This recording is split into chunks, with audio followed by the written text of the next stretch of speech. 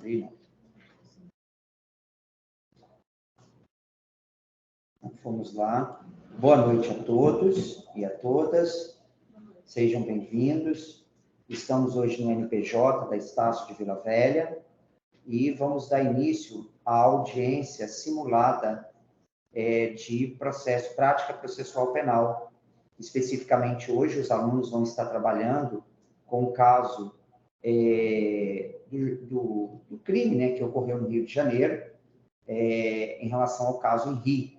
E eles pegaram as provas e os documentos que até então existem, né, e para fazerem uma audiência simulada em torno desses elementos que até então foi possível a gente identificar. O caso é meramente para efeito científico, né, de estudo, e os alunos vão estar apresentando com prazo. Primeira acusação vai falar por um tempo de até 40 minutos, depois a defesa fala por um tempo até de 40 minutos, e depois nós estabelecemos que, na réplica, o Ministério Público usaria a acusação 20 minutos, e para a tréplica, nós teríamos aí também 20 minutos. Cabe esclarecer que, se fosse uma audiência real, o tempo seria diferente, né? Se fosse somente um julgado, uma pessoa ser julgada, ela teria 1h30 para fazer a acusação e a defesa 1h30. E a réplica seria de 1 hora, e a tréplica seria também de 1 hora. Então, desejo a vocês muito sucesso e podem começar o trabalho de vocês, tá?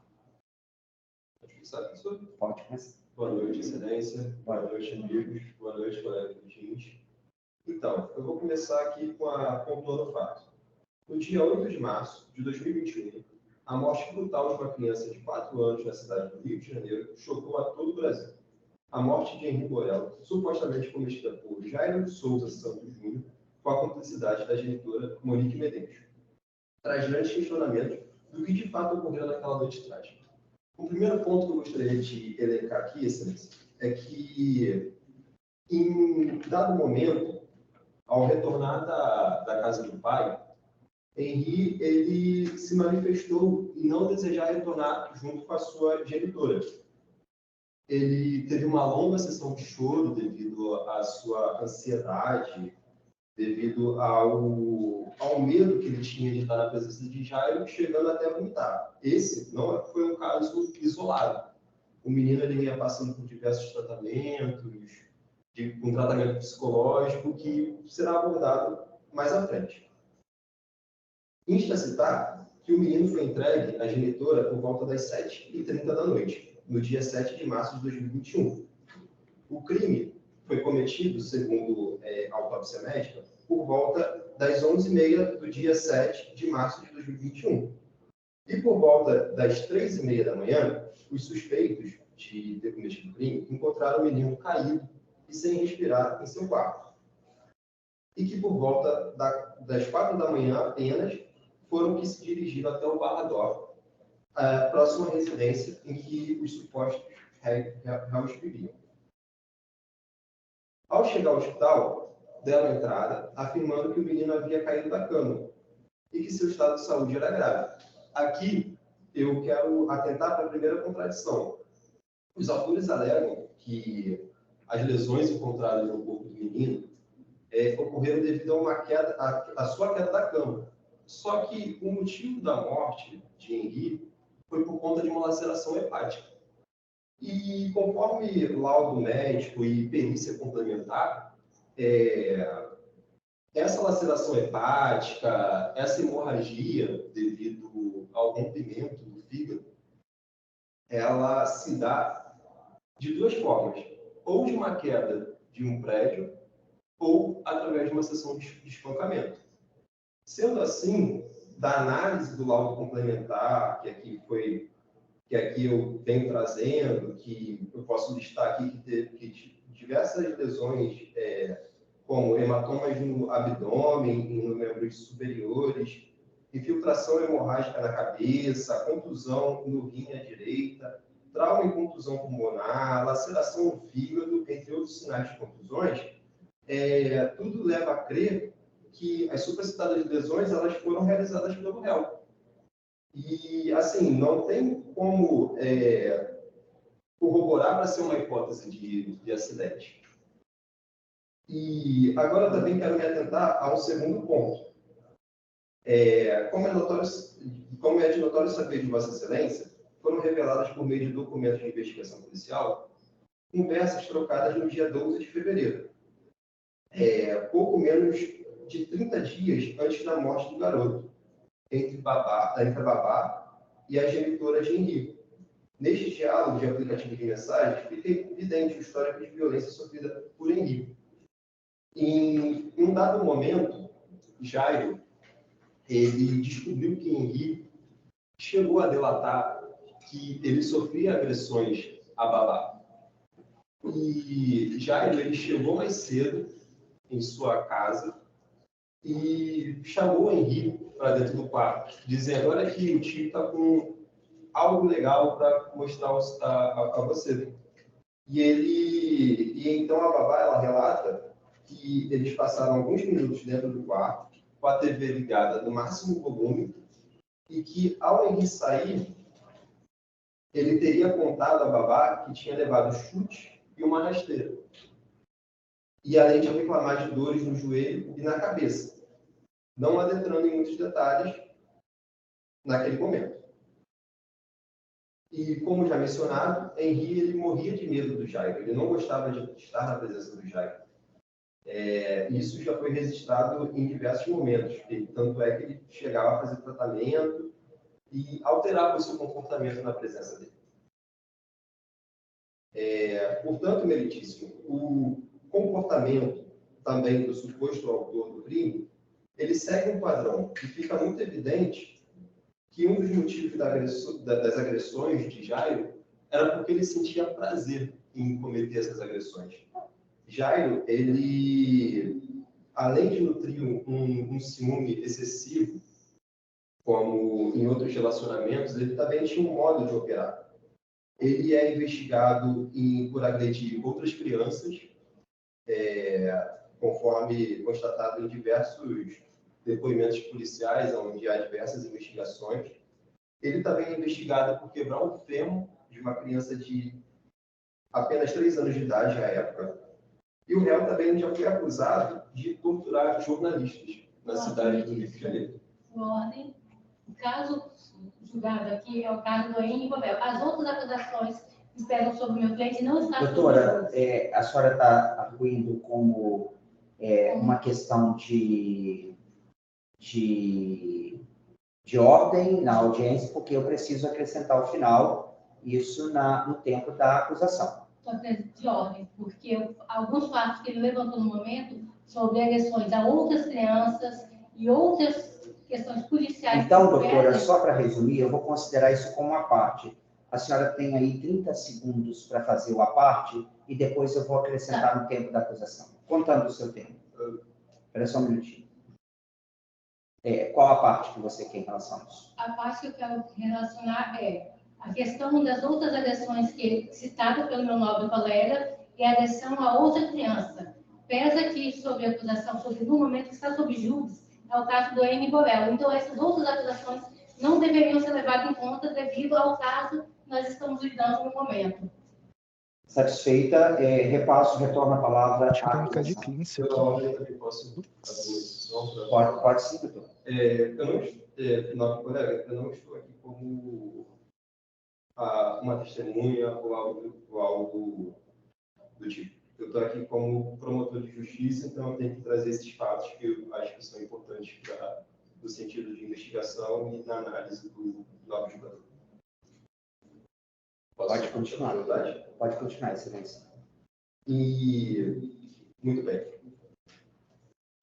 O Jair, o mais conhecido como vereador Jairinho, ele acredita estar acima das leis, realizando atos que vai de encontro à sociedade e até mesmo, após a morte de Henrique Borel, ele tentou de todas as formas fazer a liberação do corpo. Diversas vezes ele tentou ligar para o diretor do Hospital Barradó para que o corpo fosse liberado de uma forma mais célere, não tendo a devida autópsia. E, como ele não conseguiu, ele usou suas prerrogativas como vereador, chegando até a ligar para o governador do Rio de Janeiro, Cláudio Castro, tentando exercer as suas prerrogativas de vereador e tentando fazer que a liberação do corpo fosse feita sem a devida autópsia. Só para registro aqui, ele disse a seguinte frase: queremos virar essa página, caracterizando assim um forte indício de uma tentativa de encobrir provas sobre o que de fato ocorreram naquela trágica noite do dia 8 de março de 2021. É importante salientar também que essa não foi a única tentativa de ocultar provas. Aqui temos que nos referir à coerção sofrida pela empregada doméstica e a babá, que foram coagidas a mentir em depoimento policial na tentativa de acobertar os históricos de agressões sofridas pela vítima. Sendo assim, Excelência, notamos que o réu exerce coerção e abusa do seu poder político, cometendo, assim, diversos crimes de maneira continuada para atrapalhar o devido andamento processual, ao que se assemelha a uma tentativa desesperada de cobrir as barbaridades cometidas contra as vítimas. Em suma, o suposto autor do crime apresenta traços de psicopatia, haja vista que seu histórico de violência e o modo de operar na realização de suas estruturas Ou ela tá psicológicas com a build errada ou ela sabe de algo. como criança.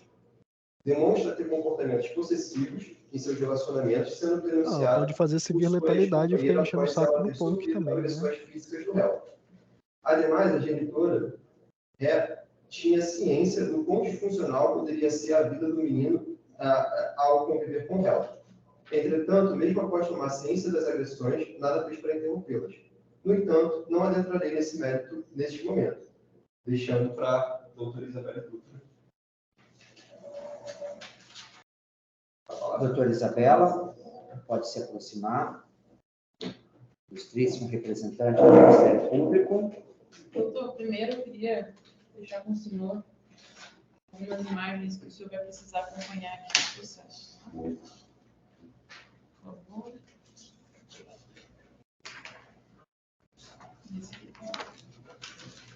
Com licença.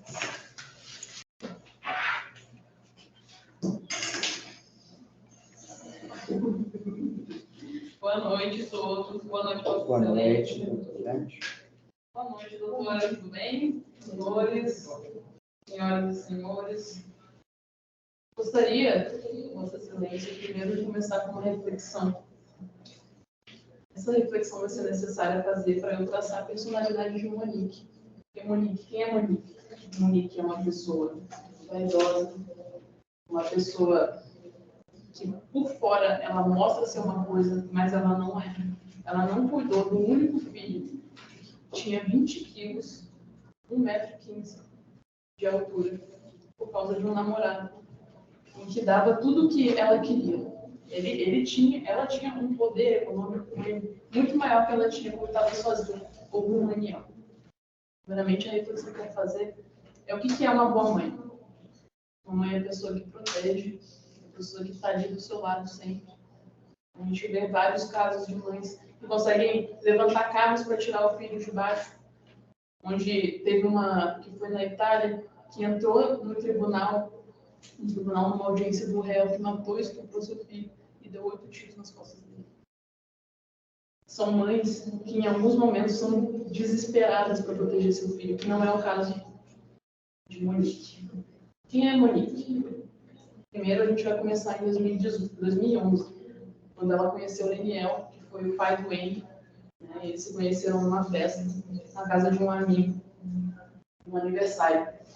Eles, enfim, se apaixonaram, né? Continuaram juntos por bastante tempo, só que ela se mudou para a casa dele apenas em 2 semanas. Você já consegue traçar um traço, você já tem um traço de personalidade de uma pessoa que gosta de dinheiro, porque antes ela tinha 21 anos, estava fazendo faculdade de letras, inclusive na Estácio de Sá, e ela passou no concurso da Secretaria Municipal de Educação do município do Rio de Janeiro com 21 anos. Lá ela começou a atuar como professora de uma escola Araújo, desculpa, edificando.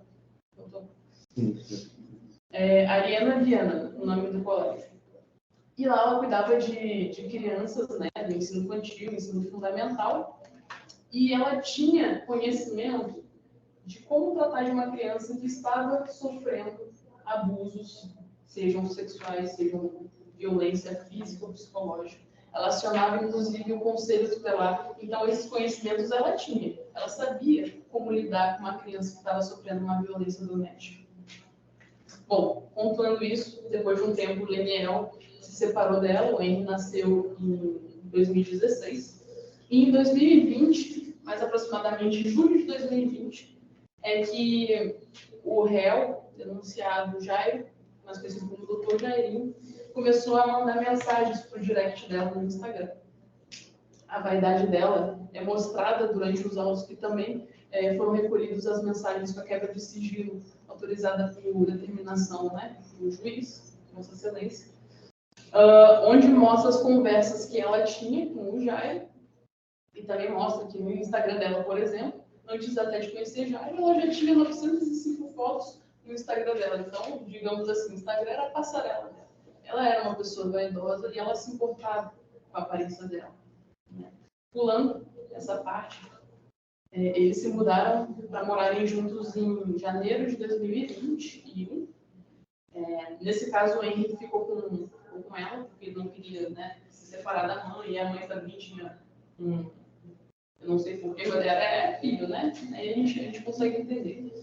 Eles foram morar juntos no Majestic, na Barra, na Tijuca, no Rio de Janeiro. O que aconteceu? Ela, na época, já era diretora, né? O cargo mais alto que você consegue sendo concursada da Secretaria Municipal de Educação é como diretora de escola, né? Você não consegue passar disso. E o que aconteceu? Ela começou a ganhar vantagens quando ela estava namorando o Jair, o Dr. Jair. Quais vantagens? Ele um dia falou para ela simplesmente que ia colocar ela para trabalhar no Tribunal de Contas do município. Ela fez concurso? Não. Ela não fez um concurso. Ela não prestou um concurso público para um cargo público que precisa, porque tem um edital específico que trata sobre o servidor público de Tribunal de Contas do município. No caso, ela fez para a Secretaria Municipal de Educação. São duas coisas completamente diferentes. Ela, obviamente, usurpou do cargo, né? Isso se chama, está no artigo 328 do Código Penal. E se chama usurpação de função pública, ou como mais bem conhecido, exercício ilegal de função e de cargo público, né? Bom, passando disso, é importante também ressaltar, Excelência, que ela não apareceu no Tribunal de Contas nenhuma vez para trabalhar. Ela não foi presencialmente. Apesar de estarem na época de pandemia, né? De qualquer forma, ela não trabalhava. Como provavelmente a defesa possa alegar, né, futuramente. Eu gostaria de pontuar também, Excelência, quando eles começaram a ter um relacionamento, Monique se mudou para a casa do Jairinho, eles tiraram uma foto, postaram no Instagram. E, Excelência, se o senhor me permitir ler uma mensagem que foi enviada de uma pessoa anônima no direct do Instagram, posso ler? Pode, sim, autorizado por esses juízos. Tá. Abre aspas. Quem é Débora na fila do pão, meu amor?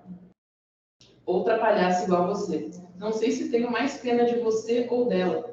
E você não está morando com ele, doutor Jair. É o que você queria, mas não está. Ele deve estar muito feliz com você, que é essa que você está acusando aí, está tendo que se esconder dele. Pergunta para o bonitão por que o desespero dele atrás de alguém que ele nunca quis. Tadinha de você. Se soubesse se cuidar tão bem, não teria caído em um papo tão mentiroso e sujo quanto dele. Mas continua achando que está com ele e sabe cuidar bem da sua vida. Tadinho. O tombo vai ser grande. E o tombo foi grande. Só que o tombo não foi grande para ela, porque ela está viva. O tombo foi grande para o filho. O filho de 4 anos, 1,15 de altura e 20 quilos. Sabe qual é a altura do Jairo? 1,90. Silêncio. Jairo tinha 1,90 de altura e espancou uma criança durante meses, durante dias e semanas, de 1,15 m. Excelência, agora gostaria de falar também do fato que aconteceu em janeiro de 2021.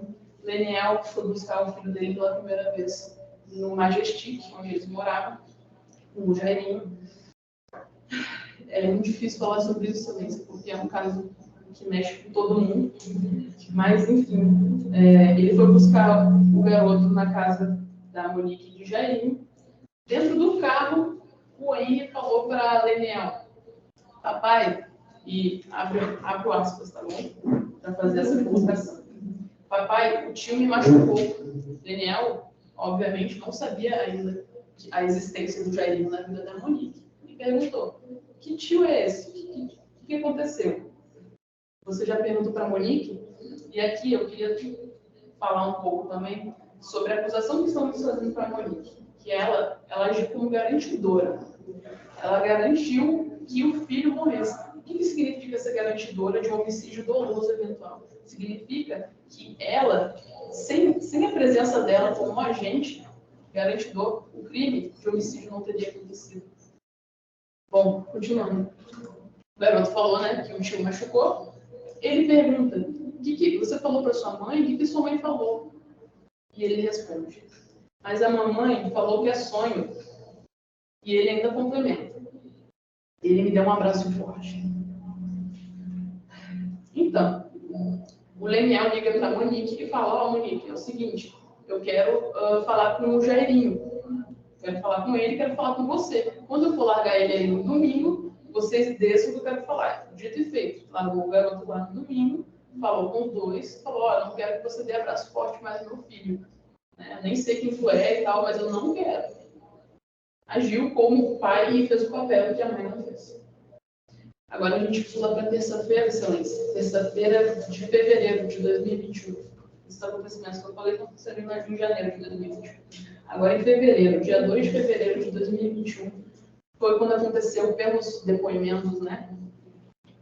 Foi o que aconteceu a primeira violência, tortura, né? Que o Jairinho fez contra o garoto.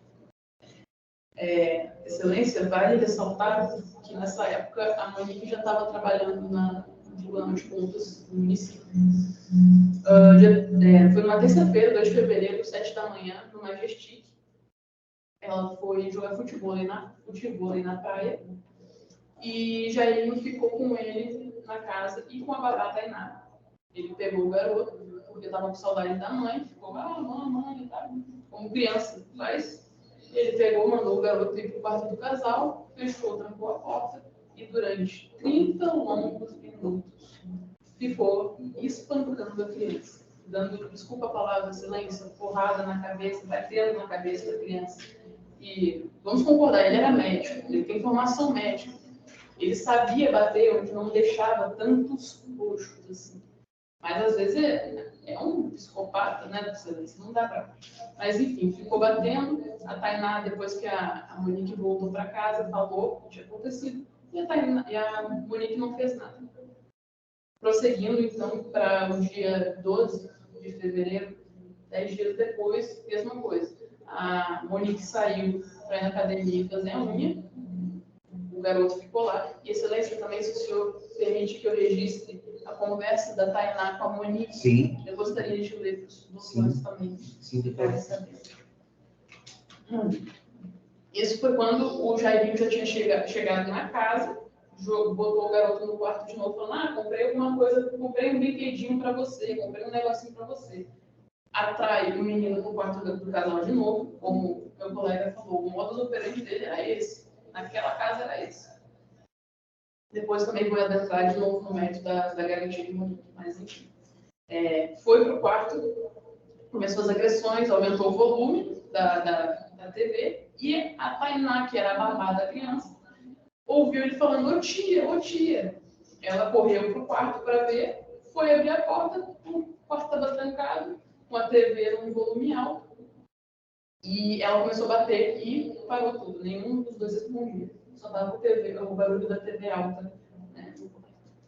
Então, agora, excelência, eu vou ler a mensagem que a Tainá mandou para a Monique na hora que estava acontecendo a violência. Tainá falando: Jairinho já chegou, está com o Henri. É só para você ver no zap, que ele está no quarto com o Jairinho. Monique pergunta: e agora? Tainá responde: tá mudo, não estou ouvindo nada. Monique fala: chama ele para brinquedoteca, vai traumatizar o garoto. E eu acho que é importante ressaltar essa fala dela, Excelência, em que, caso seja alegado pela defesa desconhecimento, está claro que é impossível desconhecimento. Isso aqui é uma fonte segura de quebra de sigilo judicial, feito por um aplicativo usado pelo judiciário, um aplicativo israelense prático, porque as conversas estavam apagadas, Excelência. Essas conversas, quando a perícia pegou os celulares, os computadores, estava tudo apagado. Por quê? Porque houve coação durante o rito processual, cadeia de custódia, e que Monique e Jairinho foram até o encontro de Tainá e da Rosângela, que era empregada doméstica, mandaram para o escritório e lá, enfim, coagiram e intimidaram a babá e a empregada doméstica para dar falso testemunho depois em depoimento policial. Então, desculpa, mas continuando aqui, a parte da Tainá, né? Monique pergunta: e aí? Ai, meu pai amado, deu ruim? Sabia. Pergunta tudo, pergunta o que o tio falou. Tainá responde: então, agora não quer ficar na sala sozinho, só quer ficar na cozinha. Jairinho falou: Tainá, deixa a mãe dele fazer as coisas dele, não liga não. Falei: não estou falando com ela não, estou falando com a minha mãe. Aí ele: tá bom. Estou sentado com ele agora na sala, vendo o desenho. A Rose, que é a doméstica, estava fazendo as coisas. Passou um tempo e Tainá, desculpa, notificando. Monique mandou uma mensagem falando: dá banho nele, para ver se ele relaxa. Tainá responde: ele não quer entrar ali no corredor, quer ficar assim no meu colo. Na sequência, a babá enviou mais uma foto de Anne, dessa vez o seu colo no sofá, com medo. Monique responde, e não vou falar aqui, silêncio, porque falou uma palavra de baixo, falando, né? Mas falou essas palavras e falou: coitado, no final. No mesmo dia, a babá falou para a mãe que ele estava com dor no joelho, que ele estava mancando.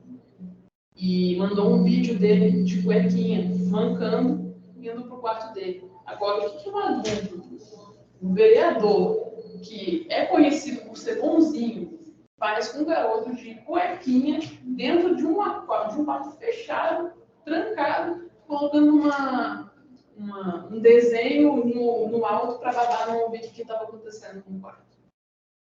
É de se espantar uma coisa dessa, sendo bem sincero.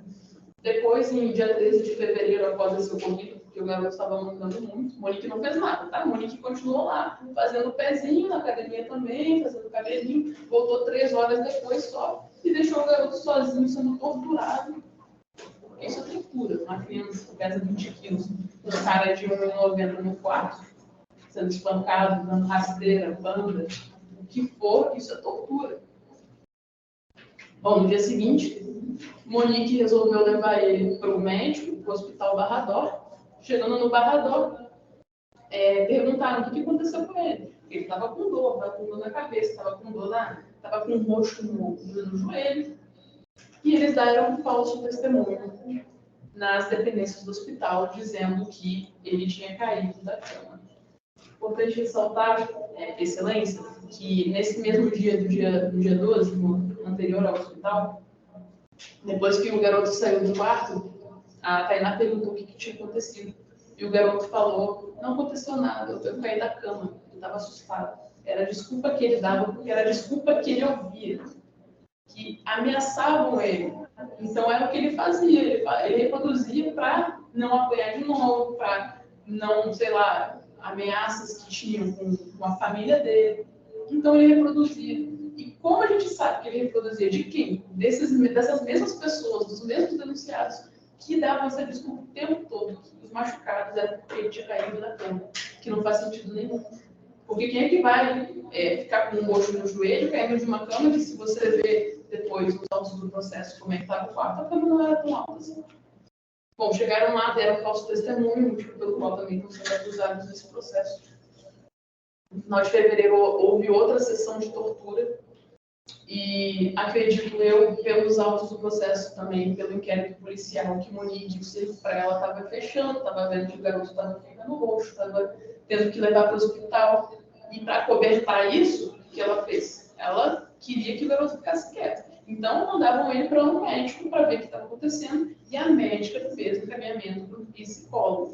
Agora, excelência, se o senhor permitir também, está registrado nos autos, mas para botar meu ponto, eu gostaria de ler o encaminhamento médico, por favor. Tranquilo, pode ir.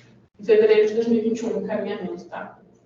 A médica escreveu no receituário: encaminha o paciente citado para acompanhamento com psicólogo. Solicita avaliação e conduta psicológica. Transtorno depressivo? Estresse infantil? Gente, ele era uma criança de 4 anos. Que estresse uma criança de 4 anos vai ter? Bom, chegando, né, no encaminhamento, a Monique falou com o Daniel sobre a necessidade de um psicólogo. Daniel, então, indicou um psicólogo em Madureira. Só que Monique, do jeito que ela era, do jeito vaidoso, do jeito que ela queria sempre do bom e do melhor, em vez de ir no plano do pai da criança, ela escolheu uma na Barra, uma psicóloga na Barra, que morava perto do Coronel Jairo, em Bangu. O escritório dela ficava perto do Coronel Jairo, em Bangu. E essa psicóloga também foi a mesma psicóloga que tratou algumas vítimas anteriores dele, de relacionamentos anteriores que meu colega citou. Então, observe, excelência, que o garoto foi para uma psicóloga suspeita, né? Porque ela não era imparcial, ela era parcial. E agia também a favores da família do Jair. Excelência também, depois que levou a criança no psicólogo, é importante salientar que Leniel queria ir nas consultas da psicóloga da criança e o que a Monique fazia? Trocava o dia. Teve um dia, que foi na 4ª sessão antes do garoto falecer, infelizmente, que Leniel ligou para ele por chamada de vídeo. Então, como é que você está, meu filho? Está tudo bem? O garoto respondeu, abre aspas, eu não quero voltar para casa da mamãe. E ele perguntou, por que você não quer voltar para casa da sua mãe? Porque o tio me machucou de novo. Então você vê, são várias loucuras. O garoto fica assustado em voltar para casa da mãe. Tanto que, como também meu colega, como promotor falou, ele vomitava de medo. Imagina uma criança vomitar de medo. Eu nunca vomitei de medo. Isso não é comum, gente. Uma criança vomitar de medo. Importante ressaltar também, excelência, que dia 18 de março foi quando Monique, também pela quebra de sigilo, foi possível pegar essa conversa no WhatsApp com a Renata, que era uma pediatra, era prima da Monique. E nesse caso, às vezes, ela levava o Henri lá para a pediatra ver, né, como é que estava ele e tudo mais. E ela mandou a seguinte mensagem. Também gostaria de registrar, se o senhor permitir. Sim. Excelência, abre aspas. Henri está com medo excessivo de tudo. Tem um medo intenso de perder os avós, está tendo um sofrimento significativo e prejuízos importantes nas relações sociais, influenciando no rendimento escolar e na dinâmica familiar. Disse até que queria que eu fosse para o céu, morar com meus pais em Bangu. Quando vê Jairinho, ele chega a vomitar e tremer. Diz que está com sono, quer dormir e não olha para ele. Nunca dormiu sozinho, mas antes ficava no quarto, esperando irmos ao banheiro levar um lanche, e agora se recusa a ficar sozinho. Não tem apetite, está sempre prostrado, olhando para baixo, noites inquietas, com muitos pesadelos e acordando o tempo inteiro. Chora o dia todo. Iniciei em psicóloga. Fizemos 2 sessões, uma por semana. Você acha que precisa procurar um neuro, um psiquiatra, fazer 2 sessões por semana?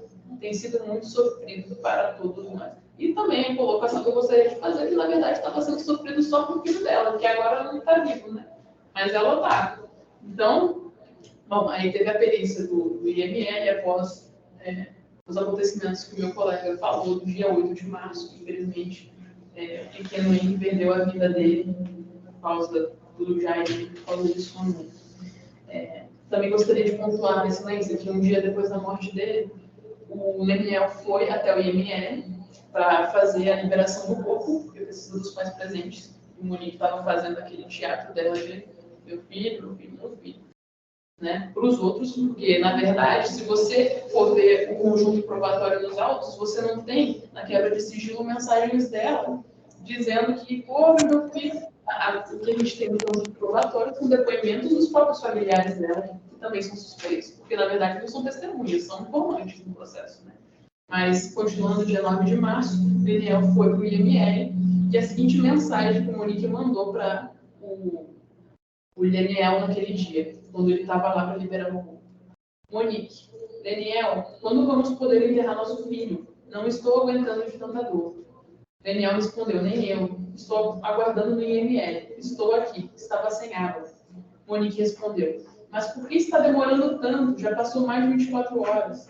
E Daniel responde, está tentando agilizar. Então, gente, se a gente parar para pensar, na verdade, doutores, isso não é um comportamento de uma mãe que acaba de perder um filho de 4 anos logo no dia seguinte. O que uma mãe, de verdade, ela ia querer fazer nesse momento? No dia seguinte, ela ia querer, vamos embora, apura aí, porque eu quero saber do inquérito policial. Eu quero saber o que causou a morte do meu filho. Porque isso não foi um acidente doméstico, uma laceração hepática. Ele ficou todo...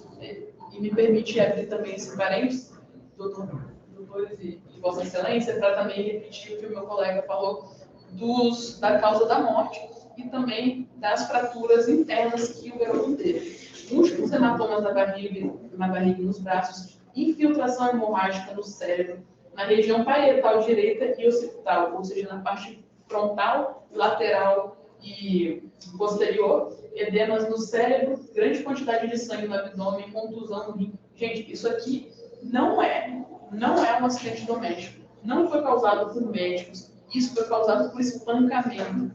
Uma criança chegar assim no pronto-socorro com todos esses machucados, essas lacerações por dentro, isso é espancamento. Já tem prova nos autos, constituída nos autos, que foi por causa do Jairinho. E por causa da mãe, que ajudou. Porque a mãe que não tira o filho de um ambiente de tortura é garantidora de um crime. Porque ela ajudou. Aí você ajuda. É como você mesmo estivesse lá espancando. Se ela não faz nada, é porque ela está lá junto. Excelência, também gostaria de falar que na hora que foram falar sobre o sepultamento da criança e tudo mais, foi no dia 9 também, Monique, de manhã, manda uma mensagem para o Jairinho. E nisso o senhor permite também, se gostaria de citar aqui rapidinho. Sim. Quanto tempo eu tenho ainda? Está quase estourando o seu tempo, são 40 minutos, né? Tá, então eu vou usar na tréplica. Pode ser, excelência? Sim. Então eu vou... Fechando aí. Tá. Como que a Alan, você está controlando o tempo? Também você vai falar com ela também? Aqui não, né? Não, você me fala. Só para terminar, excelência, então, gostaria de citar que durante o inquérito policial, né, os réus ainda estavam soltos na época do inquérito da colheita de prova do apartamento Majestic. Teve um momento que eles pediram autorização para fazer uma nova perícia de local no Majestic. Foi autorizada a perícia. Antes dos peritos chegarem no local, verificaram que no apartamento, antes não tinha, porque eles fizeram uma perícia anterior, que tinha, eles viam tudo, fotografaram tudo, e agora, posteriormente, fizeram uma nova perícia, em que chegaram no apartamento e viram que tinham trocado os porta-retratos da sala. Antes, era Monique e Jairinho nos porta-retratos. E, posteriormente, agora, quando eles foram novamente fazer nova perícia, tinha foto do Jairinho também. Eu gostaria de encerrar minha fala dessa maneira, só isso. Até porque eu vou mostrar alguns documentos. Sim. Obrigado. Obrigado aos ilustres representantes do Ministério Público, a doutora Isabela, a doutora Alain, fizeram aí as suas argumentações, apresentaram as suas teses em relação ao caso concreto que está sendo objeto da audiência de instrução. Vocês querem um intervalo ou já querem fazer a defesa? Um intervalo de 3 minutinhos, pode ser? Então, vamos no intervalo. Eu vou só a tomarem água. Quem estiver acompanhando pelo Teams, nós vamos fazer um intervalo. Nós estamos começando agora a audiência, tá? E vamos fazer aí, vou fechar o áudio. E os que estão pelo Teams, não abram o áudio para não dar problema, porque tem 3 salas aqui que estão usando presencial para assistir, tá? Ninguém abrindo o áudio em casa, não.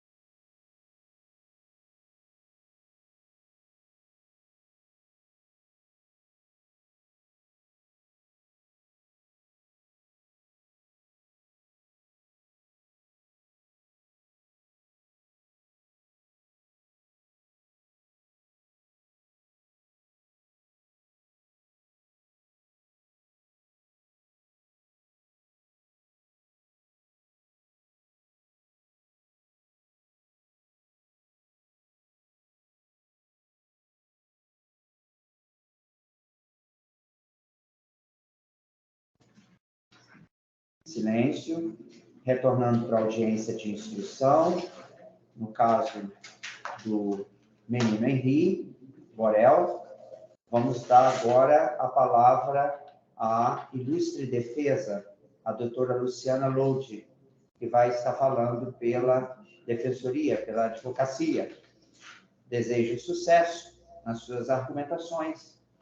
E agora são 19h14. Você tem, doutora, até 40 minutos, levando em consideração que nós fizemos uma redução desse tempo, tendo em vista que estamos trabalhando com um caso hipotético, o julgamento de uma situação que não se assemelha ao julgamento real, que seria de 1h30 o tempo estabelecido para acusação e defesa.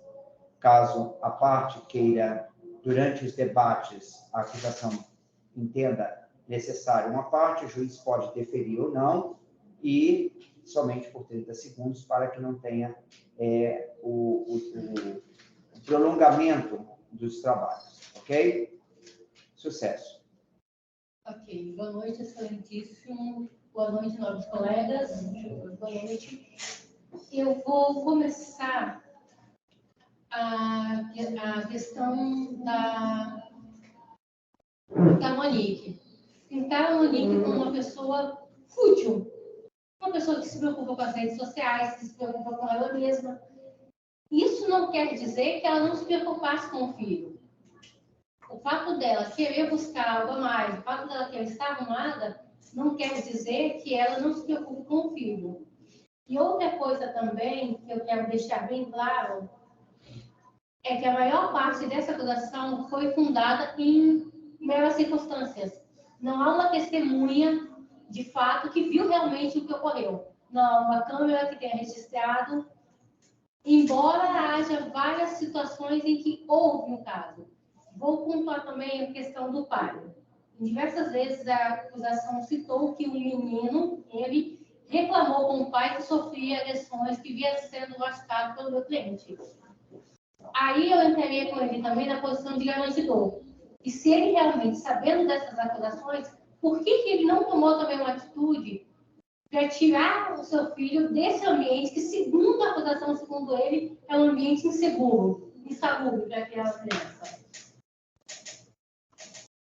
Então, vamos lá, relatando a questão do que houve no dia 13 de fevereiro. Volta a questão do hospital, e eu vou falar também a questão do dia 8 de março, quando a Tainá diz que bateu na porta do quarto, que ouviu um menino chamar, e bateu na porta do quarto e a porta estava trancada. Ela, naquele momento, ela entendeu que o menino estava em perigo, em risco. Ela mandou mensagens para a Monique informando. A acusação pede uma parte, defiro 30 segundos. Só uma pergunta, excelência, porque a defesa falou de 8 de março que aconteceu a tortura de Jesus, que qual foi? Porque houve várias torturas, eu gostaria que a senhora doutora fosse mais específica. Dia 12. Dia 12? Obrigada. Certo. Sim, pode continuar, doutora. Então, o que acontece? Foram relatadas várias torturas em vários dias diferentes. E, segundo a acusação, a Tainá, que era a babá da criança, que nesse momento também tinha função de garantidora, alegou que o menino havia sido sofrendo maus tratos ali naquele sentido. O fato de uma TV estar alta não quer dizer que realmente havia ali uma agressão sendo ocorrida. O volume de uma TV não quer dizer. Se for assim, todos os meus vizinhos, qualquer um que use música alta está cometendo algum crime, algum ato infracionário. Então, eu volto a repetir que, em todo momento, o meu cliente foi marcado como algum psicopata. Foi relatado casos de outros casos em que ele está sendo processado. Eu volto a falar que esses casos não têm relevância para o caso em que estamos se lidando no momento. Vamos, eu vou momentaneamente deferir a parte para aguardar para a réplica, que vocês vão ter a réplica para que ela consiga desenvolver a tese dela, doutora, tá? Sim. Vamos lá. Pegando aqui a questão do crime de tortura. É preciso, o crime de tortura é preciso que seja comprovado que houve um motivo útil e que realmente há a intenção de criar aquela criança, ultrapassar aquela, submeter alguém a uma tortura. E precisa ser contínuo. Em todo momento em que foi falado, não foi citado, novamente eu volto a alegar, que não há, a não ser de depoimentos circunstanciais, não há uma prova cabal, uma testemunha que ateste realmente que esses fatos vinham ocorrendo. Então, eu acredito que, embora tenha os depoimentos, meu cliente não pode ser julgado por uma coisa em que realmente não tem como se provar que isso ocorreu. Embora tenha as lesões, tudo bem, mas não tem uma testemunha que prove que viu o senhor Jairo agredindo essa criança, em momento nenhum, em nenhum dos dias. Eu termino aqui. Você vai, doutora... Eu posso completar. Na verdade, eu quero me aprofundar em relação a várias coisas que foram ditas pela acusação, não querendo tirar os méritos levantados pela minha amiga Luciana, afinal de contas, concordo com tudo que ela disse, a gente montou uma base juntas, mas o que acontece? Todos os fatos levantados pela acusação, como a mesma Luciana disse, foram meramente subjetivos. Afinal de contas, ninguém sabe o que realmente aconteceu no dia 8 de março, a não ser os envolvidos. Em relação ao crime de tortura e omissão, olhando o documento, o depoimento, na verdade, quando a gente pega o depoimento da Tainá, que era babá do menino Henry, ela relata no dia 2 de fevereiro, que Jairo teria conduzido o menino até o quarto do casal, assim como a acusação relatou. Disse que Jairo trancou o menino até o quarto do casal e ela mesma fez a alegação de que Jairo, naquele momento, teria agredido ele. Mas eu quero usar as palavras que ela disse. Trancou o quarto. Nem no mesmo local da cena de crime ela estava. Ela tirou tudo o que aconteceu naquele dia 2 de fevereiro para o mero achismo dela. Ela não estava nem presente no mesmo local do que estavam o menino Henry e o Jairo. Depois, no dia 12 de fevereiro, ela fala que Jairo chega de maneira inesperada no apartamento e mais uma vez chama Henry para o quarto, onde eles permaneceram aproximadamente por 10 minutos. Novamente, Tainá alega que Jairo realizou agressões junto ao menino Henry, isso por 10 minutos. Veio a dizer que nesse dia, a Leila Rosângela, que era empregada e era responsável pelo apartamento do casal, ela pega suas coisas e deixa a residência. Se ela estivesse no local onde ela acreditasse que o menino Henry estaria sendo agredido por Jairo, por que ela simplesmente pegaria suas coisas e deixaria o apartamento, sabendo que algo tão grave estava acontecendo ali naquele local? Continuando com o depoimento, ela alega até que relatou as coisas para a Monique, falando do que tinha acontecido. A acusação leu os prints aqui, mas eu venho a trazer que se Monique não acreditasse no Jairo, que era a pessoa que estava tendo relacionamento, eles conviviam juntos, ela acredita na posição do Jairo.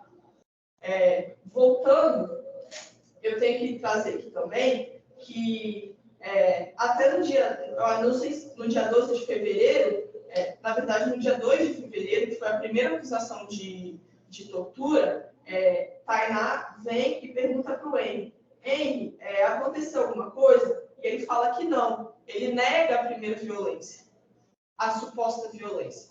assim como no dia 12 de fevereiro. E, continuando, vamos lá. Sim, num terceiro evento, Tainá fala novamente que teria acontecido uma acusação de tortura dentro do apartamento contra o Jairo. Novamente, ela não se encontrava junto no mesmo local, afinal de contas, ela alega que a porta estava fechada. Nesse dia, ela fala que ele estava com dores na cabeça e uma suposta lesão, um roxo no braço. Eu venho destacar que Henry tem apenas 4 anos, tá? E que essa faixa de idade ela pode ser considerada um fato que crianças elas se machucam o tempo inteiro. E não necessariamente pode ter sido Jairo o cometedor, segundo as alegações, do que teria acontecido. Outra coisa, segundo a Lei 9.455, que é a Lei da Tortura, ela alega que, para uma tortura acontecer, precisa de intenso sofrimento. Segundo o depoimento, em nenhum momento é declarado que Jairo tinha a intenção de torturar em nenhum momento. Ele apenas chamou o menino para o quarto. Você tem mais alguma coisa a acrescentar? É isso. Então, a defesa já apresentou suas teses inicialmente, a acusação também apresentou suas manifestações, formando, assim, a primeira parte dessa audiência do procedimento do júri, desse rito escalonado. Então, vamos,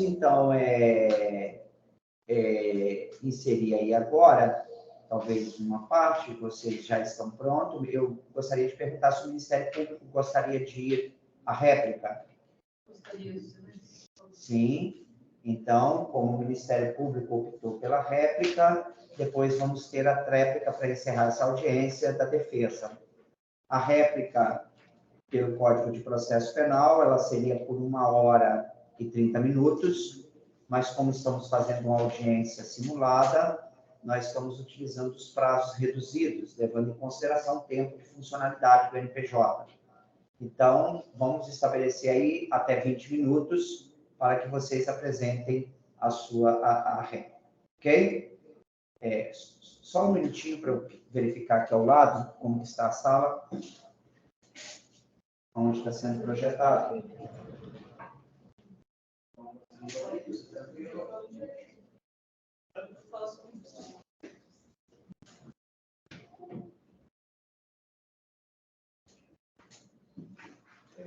Então, ilustríssimo representante do Ministério Público, doutor Isabela, e ilustríssimo representante, doutor Alan, por gentileza, conceda a palavra.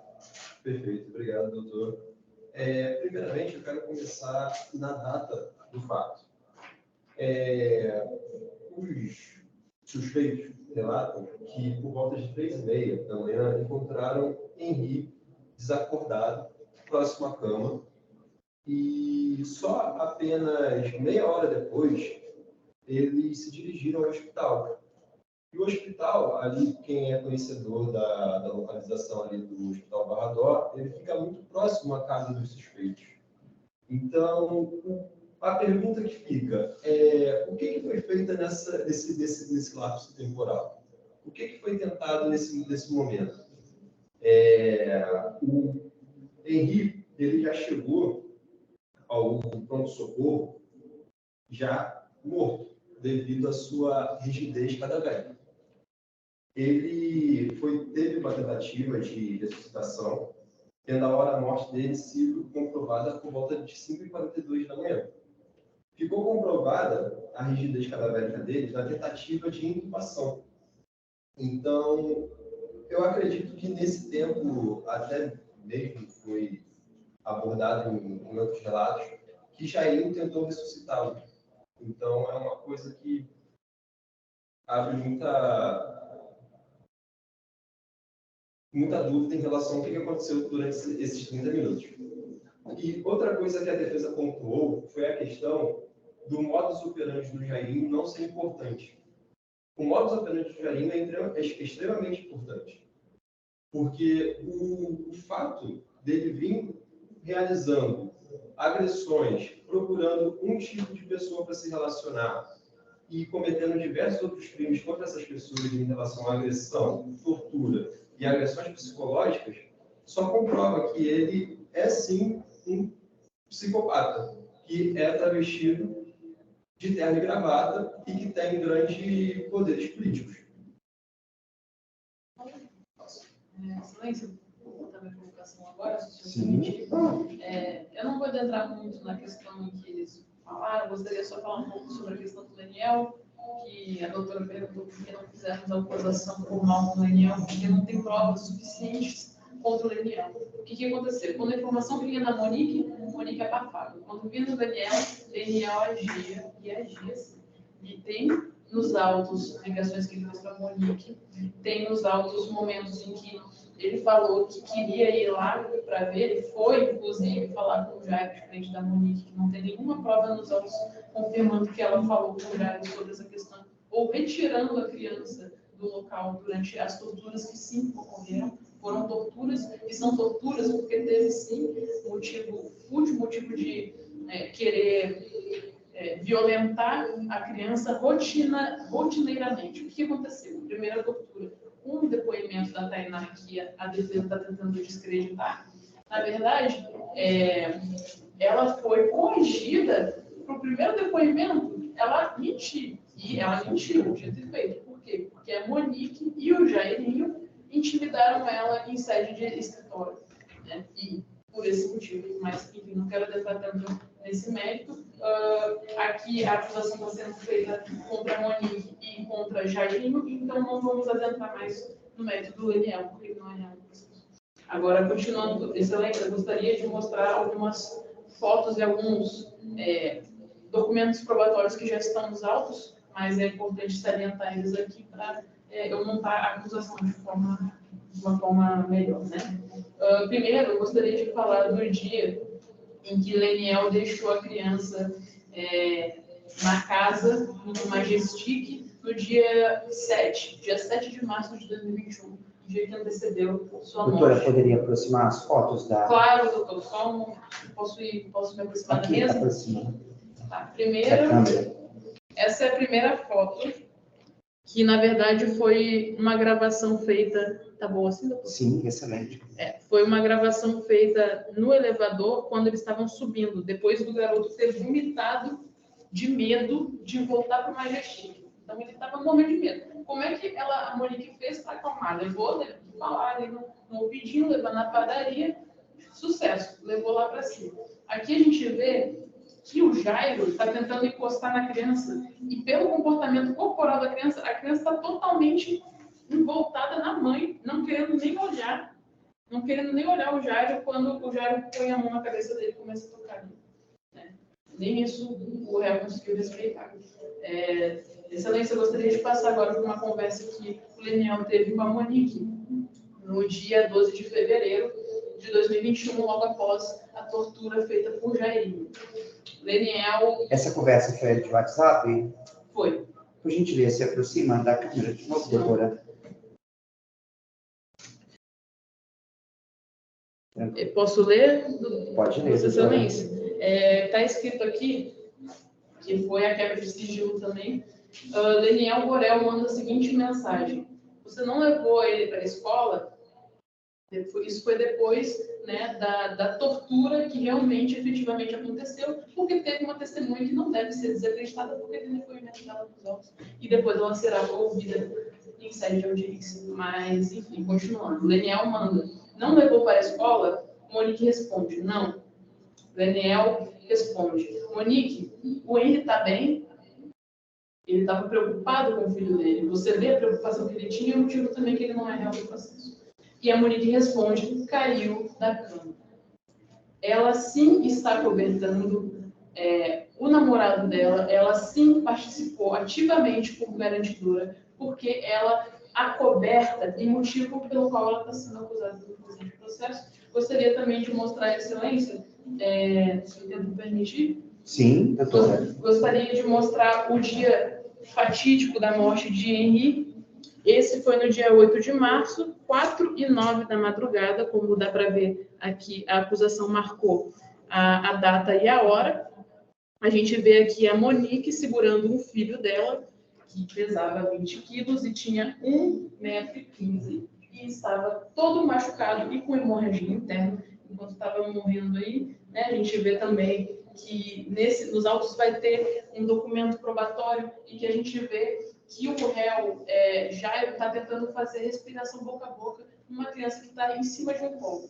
Ele, sendo médico, mesmo não tendo atuado, ele fez anos de medicina, provavelmente ele sabe, porque conversamos, né? A acusação conversou e tem perícia médica dizendo de depoimentos médicos que é a coisa mais básica. Reanimação é a coisa mais básica que você aprende. Bombeiro aprende, policial aprende, enfermeiros, médicos, é a coisa mais básica que um médico que fez faculdade de medicina sabe.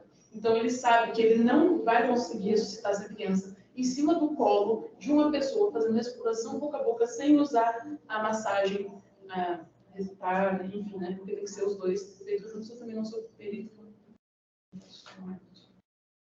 Alguém está mexendo lá na câmera? Não, né? Esbarrando. Perfeito. Posso continuar? Pode sim, doutora. Excelência, gostaria de pontuar outra coisa também, que a defesa mencionou que não tem como a acusação comprovar que a Monique, na verdade, não foi garantidora e que, na verdade, ela não ligava para o filho. Mas eu tenho provas aqui, gostaria de mostrar também para os presentes. Sim, doutora, eu gostaria que fosse mostrada, apresentada essas provas separadamente, com pausa, com bastante cautela, para que os jurados tenham conhecimento desses elementos probatórios. Tá, excelência, primeiro eu quero mostrar aqui, isso foi no dia, aqui está marcado o contrário, mas é dia 12 de março. Tá? 12 de março. Isso foi 4 dias. Essa é a Monique. A Monique, ela está fazendo o cabelo 4 dias depois que seu filho morreu pelas mãos do seu namorado, né? Aí a gente já pode ver o quanto ela se importa com o filho dela. Aqui eu vou botar a prova e vou passar para a próxima também, que também está nos autos. Aqui a gente botou uma descrição para o júri ver também e entender o contexto da foto. Mas eu vou explicar também, gostaria primeiro de mostrar para o júri, para Vossa Excelência. Perfeito? Sim. Com licença. Essa selfie, quem tirou foi Monique, no dia em que ia prestar o depoimento na sede policial sobre a morte do seu filho. Ela aparece na foto sorrindo, né, e de pernas para cima, totalmente confortável em dar depoimento sobre a morte do seu filho. Aqui, Excelência, aqui eu trouxe também o depoimento de Tainá, que não pode ser descartado em momento algum. Por quê? O que aconteceu? Esse foi o depoimento em que ela retificou o primeiro depoimento que ela deu em sede policial. Por quê? Porque ela estava sendo coagida. Ela estava com tanto medo da Monique, ela estava com tanto medo do Jairo de falar a verdade, porque foi feita a quebra de sigilo e recolhido pelas autoridades, né, o que estava acontecendo nos dias.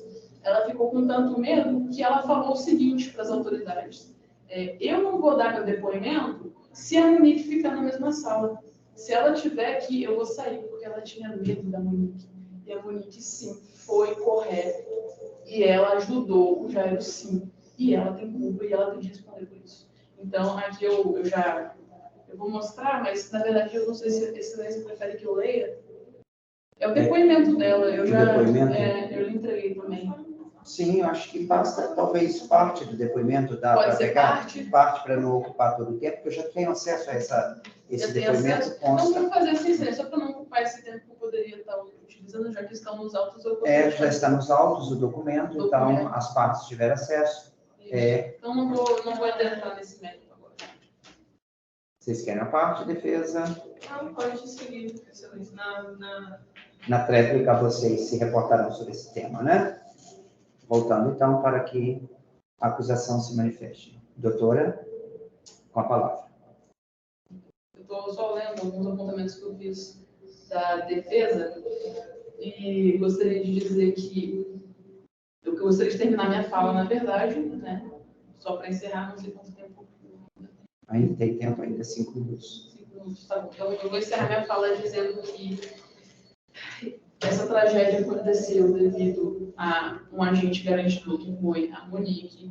Tem provas já que foram juntadas pelos autos que ela agiu, sim, porque ela era uma mulher que só pensava nela. Tem provas nos autos dizendo que Jairinho agiu e foi um agente torturador da criança também. Tem depoimento, tem testemunha. Tudo está comprovando, dizendo que eles são culpados, sim, pela morte do pequeno Henry, de 4 anos de idade, 1,15 de altura e 20 quilos. Eu gostaria de encerrar também esse lance falando um pouco também da questão do hospital, se me permitir. Sim, no dia da morte, né, em que ele foi levado para o hospital, Monique e Jairo, obviamente, naquela parte do elevador em que eu mostrei as fotos. Aqui eu não vou mostrar novamente porque já estão nos autos, mas eles fizeram um teatro enorme. Porque o que aconteceu? Entre a morte deles, em depoimento policial, eles falaram: a gente encontrou o garoto morto, seja um ou outro, porque é difícil dizer que encontrou, porque os dois mudam o depoimento em todo momento, se contradizem, até mesmo com os mesmos advogados, eles continuam se contradizendo. Então é um pouco complicado. Mas, enfim, eles disseram que encontraram o garoto morto no chão. Eu gostaria de ressaltar que foi feito, no curso da cadeia de custódia, foi feita a simulação do dia, né, que aconteceram os fatos. Eu gostaria de falar também que os advogados queriam adiar o dia da simulação, né, da reprodução simulada, e foi indeferida, obviamente. E gostaria de falar também que a Monique e o Jair não participaram da simulação, o que é meio esquisito também, porque se ela fosse uma mãe, ela gostaria de saber realmente o que aconteceu com o filho dela, né? E encerro minha fala aqui, Excelência. Pode abrir. Obrigado. A ilustre representante do Ministério Público, doutora Isabela, também ao ilustre representante do Ministério Público, doutor Alain. Agora vamos encerrar a fala da acusação, levando em consideração o procedimento do júri. Repasso agora a palavra às ilustres representantes da advocacia, as doutoras Luciana e doutora Isabela. Excelência, com todo o respeito que eu tenho à acusação e ao menino Henry, eu venho a declarar que, apesar de tudo levantado aqui, vem tudo de um machismo muito grande da acusação. Afinal de contas, segundo tudo levantado, vem de meras provas que deixam o meu cliente mascaram o meu cliente como alguém muito cruel. Mas é tudo baseado em meros achismos. Afinal de contas, provas contundentes contra ele não existem. Existem prints que, segundo a acusação, querem dizer algo, mas, na verdade, quem sabe o que aconteceu naquele momento e o que o meu cliente estava sentindo e o que a Monique estava sentindo, só eles sabem. Prints foram mostrados, acusações foram feitas, mas eu venho aqui declarar que, na minha concepção, na concepção do meu cliente, é baseado em meros achismos e algo muito subjetivo para ser julgado. Outra coisa, foi levantado aqui que a Tainá e a Leila foram coagidas no curso do processo a realizarem um primeiro depoimento, segundo a acusação, abre aspas, mentirem sobre o depoimento. Venho a colocar que naquela circunstância, naquele momento, já estava acontecendo uma criminalização muito grande em cima do meu cliente. A televisão, os jornais estavam colocando o meu cliente já como autor do suposto fato. E eu venho a falar aqui que essa proteção perante a Tainá e a Leila foram meramente para proteger o meu cliente, que estava sofrendo pressão midiática naquela hora e sendo já colocado como acusado de algo que venho aqui novamente declarar, não tem provas contundentes e sim meros achismos. Acho que é só isso que eu tenho a levantar, afinal de contas, não temos testemunhas oculares do que aconteceu no dia 8, e meros achismos e prints que supostamente alegam algo, mas na verdade ninguém sabe do que aconteceu naquele momento, a não ser o Jairo. Encerro a minha fala. Doutora Luciana Loude, por gentileza, a palavra. Eu quero levantar que por diversas vezes a acusação tratou o doutor Jairo, meu cliente, como psicopata, mas não há nenhum laudo médico que comprove essa psicopatia. Então, simplesmente falar ou achar que ele é assim que haja um laudo médico, não, isso não pode ser possível. Então, eu quero derrubar essa fala, porque isso acaba colocando o meu cliente como uma pessoa, aquela pessoa que não tem empatia, ele não sente nada do que está fazendo. Então, como não há um laudo que comprove realmente esse lado, que o meu cliente é psicopata, eu gostaria de que isso fosse retirado dos autos. Sim, doutora, isso nós vamos deixar para o conselho de sentença. Eu gostaria de pedir, entender que fosse... E vou manter a acusação, porque nesse momento não existe mais espaço para outro momento de fala. Nós estamos aí entre réplica e tréplica, e na votação dos quesitos vamos verificar isso. Tem mais alguma coisa a falar? Não, excelência. Encerra a minha fala. Encerrado aí a fala dos... Deixa eu ajeitar aqui a câmera. Vamos ver se vai dar certo. Vamos lá aqui. Acho que vai. Tenta acertar. Tem que virar aqui. Ficou melhor mesmo. Ficou. Agora sim, a câmera retornando para o professor que está conduzindo essa audiência, o professor Paulo Sérgio Riso, do Núcleo de Prática Jurídica e também da Instituição de Processo Penal e Direito Penal. Hoje nós estamos aqui realizando uma audiência simulada no Núcleo de Prática Jurídica da Estácio de Sá de Vila Velha. Simultaneamente, ela está sendo transmitida pela plataforma da Microsoft Teams, para os alunos que estão acompanhando de casa. Gostaria inicialmente de parabenizar tanto a acusação como a defesa, os alunos que se debruçaram diante dessas provas, diante dos documentos desse caso, para trazer inicialmente as primeiras ideias, as primeiras versões que existem ainda sobre investigação, ainda sobre debate. O caso ainda não chegou a plenário do júri, mas vocês já simularam a ideia provável que essa situação poderia levar. Parabenizo mais uma vez o empenho de todos vocês, os alunos, que foram brilhantes nas argumentações. Ainda não são alunos concluintes, são alunos que ainda estão cursando as disciplinas na faculdade, mas já estão matriculados no NPJ, no Núcleo de Prática Jurídica, e desempenharam brilhantemente, principalmente pela fala, pela gentileza, pela educação, pela oratória, pela forma de colaboração na prestação, na entrega do serviço que foi determinado, da tarefa que foi determinada para vocês. Isso foi um ponto de ponderação do professor, as questões éticas, principalmente. Temos hoje muitos problemas em relação a isso. A questão da formação, não só a formação técnica do profissional, mas também a questão ética do comportamento dele em uma sala de audiência, o comportamento dele perante autoridades, e vocês se comportaram brilhantemente, tá? Isso é muito importante no investimento de vocês, na forma de falar, de conduzir, da educação, da gentileza. Também me encantou o ponto que vocês trabalharam, das fotos, da defesa ter levantado argumentos que talvez seria até mais difícil, né, para apresentar, levando em consideração, porque você tinha um arcabouço investigativo da polícia, então você já tinha toda uma formação. Então, para a defesa trabalhar, ela tinha menos elementos para produzir isso.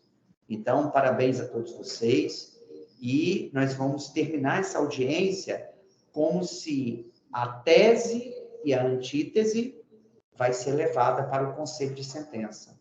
Como se 7 jurados estivessem sentados aqui agora, que eu considero como se fossem os alunos que estão em casa assistindo pelo Teams, ou os alunos que estão numa sala aqui ao lado, acompanhando pelo telão, para dar o veredito aí na quesitação sobre a autoria do crime, sobre a materialidade do crime e também sobre a tese da defesa, da negativa e a tese da acusação do homicídio qualificado.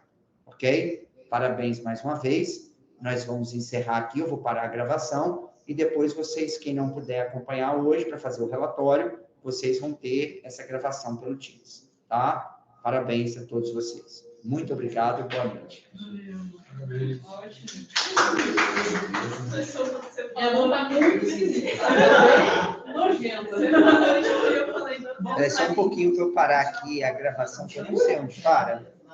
Será que parou de gravar? Eu não tinha... Vem aqui fazendo um favor, porque está aqui essa bolinha de gravando, né? Será que é lá que está? Onde para aqui?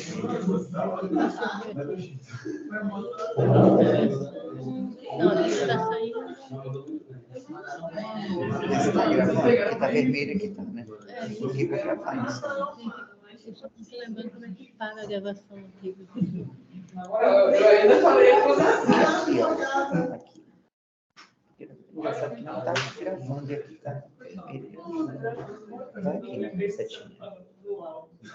Não, tem um laudo. Não, Olha só um pouquinho.